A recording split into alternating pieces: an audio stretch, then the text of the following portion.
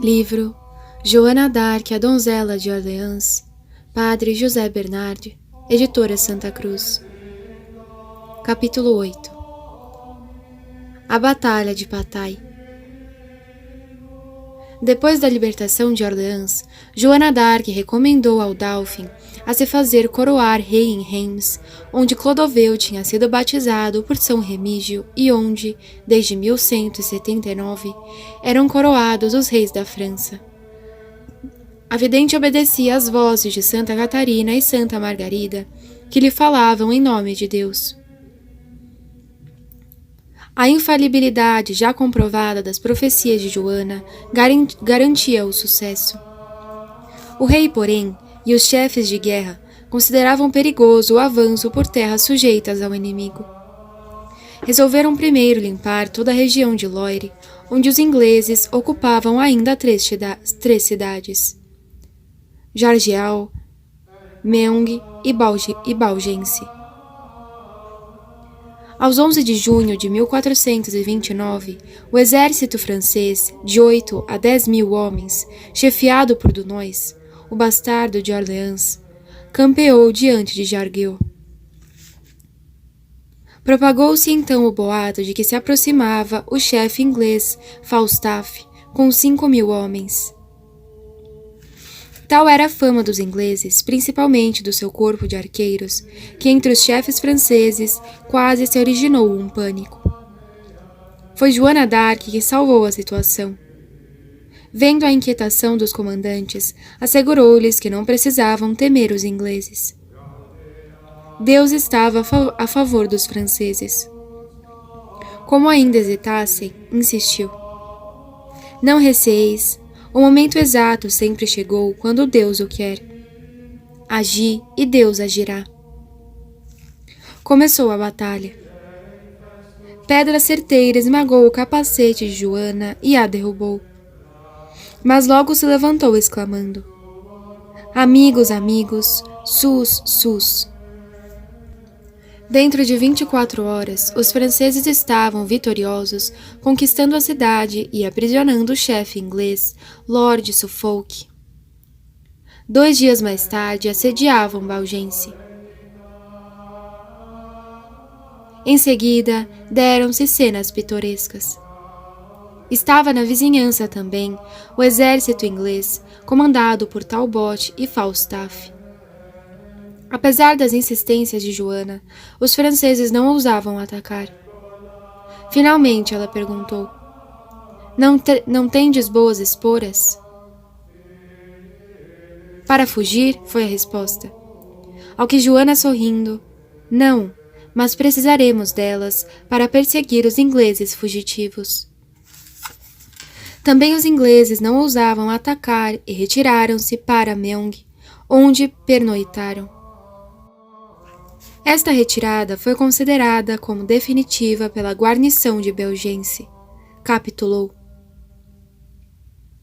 Por sua vez, Falstaff ficou tão impressionado com a capitulação da Praça Forte que ordenou imediatamente a retirada para Paris.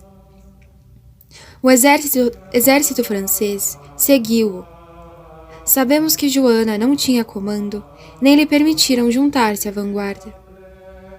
Impaciente, via-se obrigada a seguir no grosso do exército. Nesta ocasião, ela impressionou profundamente o Duque de Alençon, que mais tarde contou: "Muitos homens do rei eram tímidos." Mas Joana disse: "Em nome de Deus, é preciso combatê-los. E se estivessem pendurados nas nuvens, nós os teremos, estou certa da vitória." A cavalaria francesa movimentou-se para alcançar o exército em retirada. Quando Falstaff foi informado da presença do inimigo, mandou os arqueiros dar volta e resistir ao ataque, mas foram dispersos por um garboso ataque de cavalaria. Desorientado, o comandante de retaguarda, já meio vencido, julgou-se abandonado por Falstaff e rendeu-se. Falstaff, assustado, fugiu. 2.000 ingleses morreram quase sem resistência. Talbot foi preso e nunca perdoou a Falstaff a fuga precipitada. Falstaff fugiu tão depressa que já no dia seguinte chegou a Corbeil, onde o duque de Bedford, indignado com tanta covardia, lhe arrancou a ordem de jarreteira. Foi esta a célebre batalha de Patay. A sorte da guerra parecia ter abandonado definitivamente a causa inglesa. Deste dia glorioso, sabemos ainda um episódio de Joana. Vendo um inglês moribundo, saltou do cavalo e correu para ele. Conseguiu chamar um padre e o soldado confessou-se. Durante a confissão, a guerreira, transformada em samaritana, amparou-lhe a cabeça, aliviando as dores do melhor modo possível. Capítulo 9. A coroação do rei em Reims. Quando a pastora de Dom Remy abandonou sua terra natal, impelida pelas vozes sobrenaturais de São Miguel, Santa Catarina e Santa Margarida, estava consciente de uma dupla missão. Deus escolhera para libertar a cidade de Orleans e coroar em Reims o legítimo rei da França, Carlos VII. Vivendo mais no íntimo da sua alma do que no mundo agitado em redor dela, atendia às suas vozes que a guiavam com absoluta segurança. Logo depois da libertação de Orleans, vendo cumprida a primeira parte da sua missão, insistira com o príncipe herdeiro em ir a Reims. Já vimos que não foi atendida logo. Mas depois da vitória de Patay, aproveitou novamente a ocasião para recomendar a coroação. Parece que agora as ponderações do Conselho Real concordaram com as insistências da vidente. Foi resolvido marchar para Reims. Muitos historiadores criticam esta resolução. Afirmam que teria sido mais prudente continuar a campanha tão auspiciosamente começada e conquistar a capital, Paris, vencer os ingleses antes de eles receberem reforços e obrigar o Duque de Borgonha a abandonar suas manobras traiçoeiras. As críticas, porém, são infundadas. Ninguém pode saber com certeza o que teria acontecido se fossem contrariadas constantemente as recomendações que se baseavam em luzes sobrenaturais. Uma por uma, as profecias se tinham realizado e já era conselho de prudência esperar o mesmo no futuro. E o futuro justificou esta atitude. O sucesso acompanhava todos os empreendimentos que se faziam segundo os conselhos de Joana. Aos 24 de junho de 1429, o exército se pôs em marcha. Joana estava feliz. Em princípios de julho chegaram à cidade de Troyes, sujeita aos ingleses. Os cidadãos mandaram mensageiros a Reims confirmando sua lealdade à causa inglesa e prometendo resistência até a morte. Contudo, seu heroísmo não era tão grande como em breve se tornou patente. Os conselheiros do rei deliberavam o que fazer. As crônicas referem que Joana entrou na sala do conselho, dirigindo-se diretamente ao rei. Nobre Dauphin, dai a ordem de assediar imediatamente a cidade.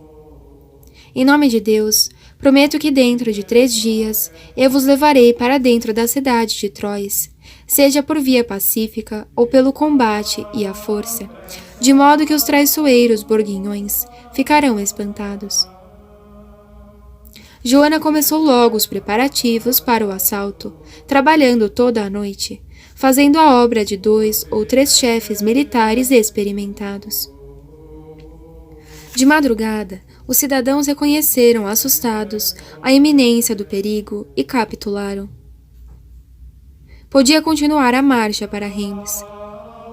Poucos dias depois, o exército chegou à vista da cidade, que não ousou resistir.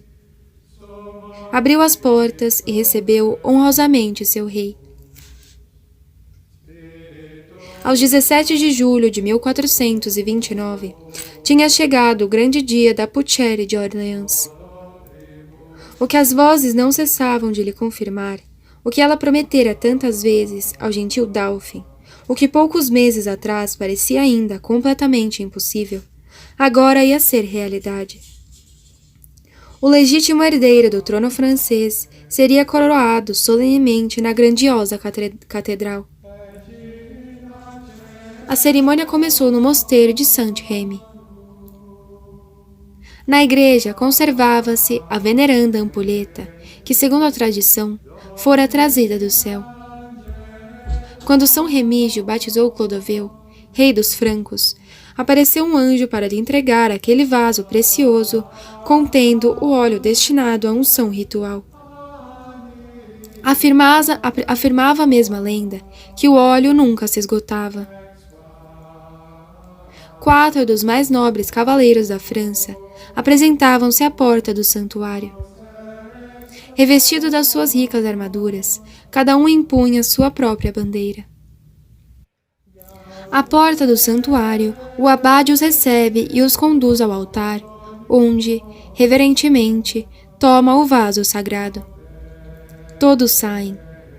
Os cavaleiros montam e, acompanhando o abade portador do santo óleo, dirigem-se para a catedral. Segundo o antigo costume, entram montados até o presbitério. Ali, o chanceler Regnault, arcebispo de Chartres e Reims, deposita o vaso sagrado. Seguindo os 4 cavaleiros, entra o Dauphin e todos os vassalos presentes. O coro entoa a antífona. Ó preciosa dádiva, ó preciosa gema, que foi mandada do céu por ministério dos anjos para a unção dos reis dos francos. São chamados os 12 paires do reino. Os 6 leigos todos estão ausentes, traidores da causa de seu rei. Dos eclesiásticos só respondem 2. O arcebispo Regnault de Reims, que junto com o rei voltara do exílio, e o bispo de Chalons-sur-Marne, diante de Serrabourg. Outros nobres substituem os ausentes.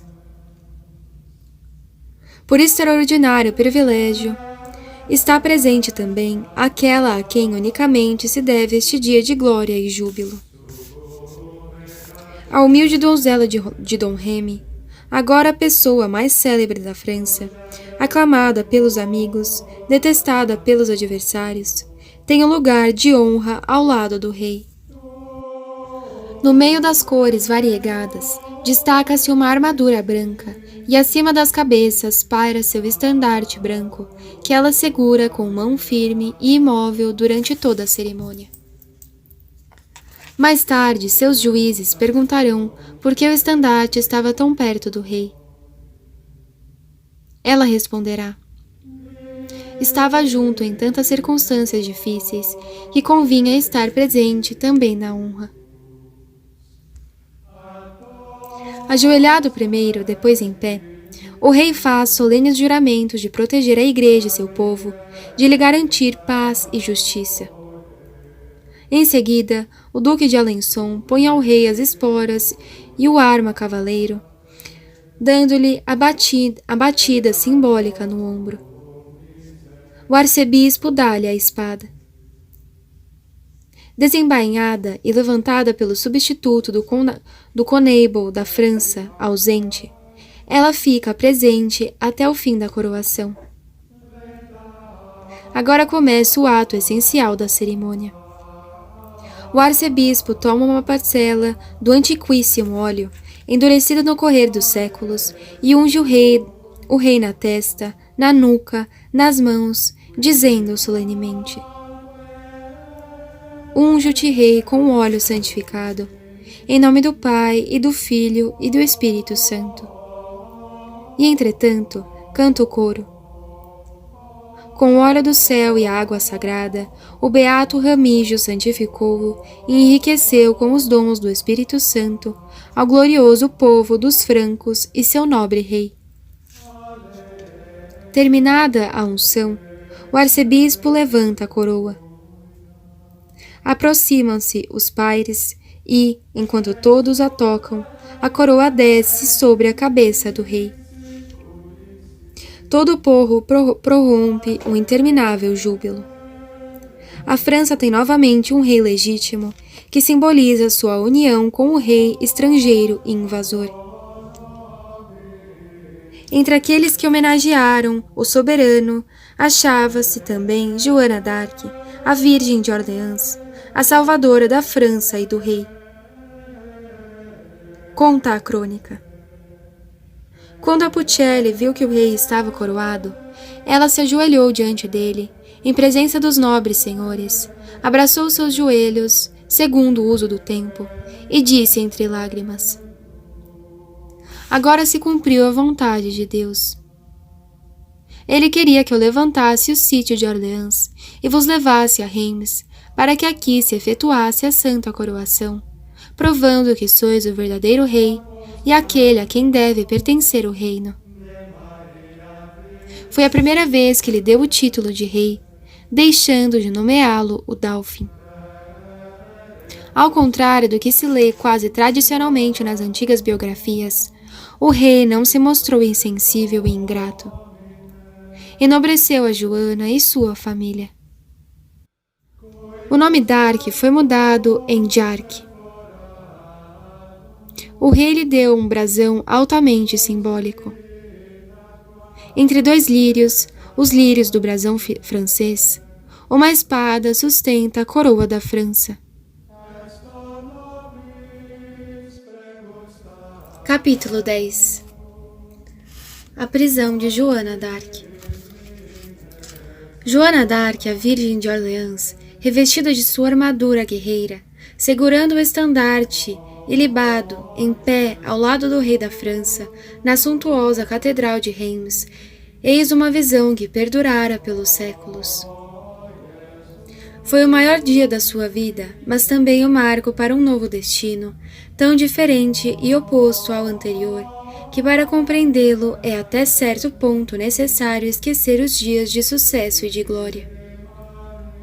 A França, mergulhada num torpor sem esperança, fora salva por uma mulher, jovem e ignorante, guiada só por inspiração sobrenatural. Realizara ela as duas principais promessas, a de livrar Orleans e a de coroar o rei de Reims.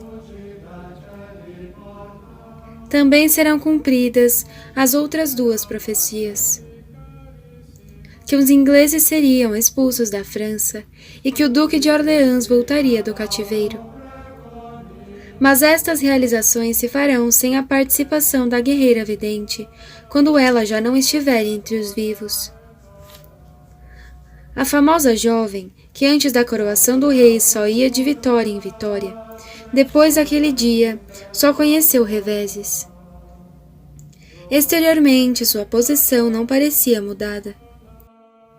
Continuava em posição de relevo entre os chefes militares, acompanhava o exército, nas refregas agitava sua bandeira e animava os soldados. Sus, franceses, sus, ao ataque! O povo a aclamava, mas as vozes já começavam a mudar suas comunicações e gradualmente mudava a atitude de Joana. A guerra continuava, mas de modo estranho. Em vez de atacar o inimigo desanimado, o exército francês retirou-se para o sul, à linha do rio Loire. O que tinha acontecido? Quando, em junho de 1429, o rei anunciou o ataque de Paris e dirigiu seu exército para Reims, o chefe militar inglês, o Duque de Bedford, aproveitou da trégua para pedir recursos da Inglaterra. Ali estava reunido um novo exército de 8.500 homens, destinados a combater os hussitas na Boêmia.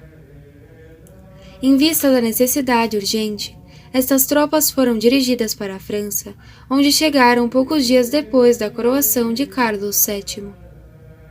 Ao mesmo tempo, chegou o Duque de Borgonha para renovar seus tratados traiçoeiros com os ingleses, prometendo um exército auxiliar na guerra contra seu próprio rei. O Duque de Borgonha soube portar-se com tanta habilidade que foi nomeado agente da França, título até então conferido ao Duque de Bedford. Também começou a entabular negociações com o rei, mas tudo faz crer que de modo algum desejava reconciliação. Seu intento era contemporizar, enganando o seu soberano legítimo e alcançando prolongadas tréguas.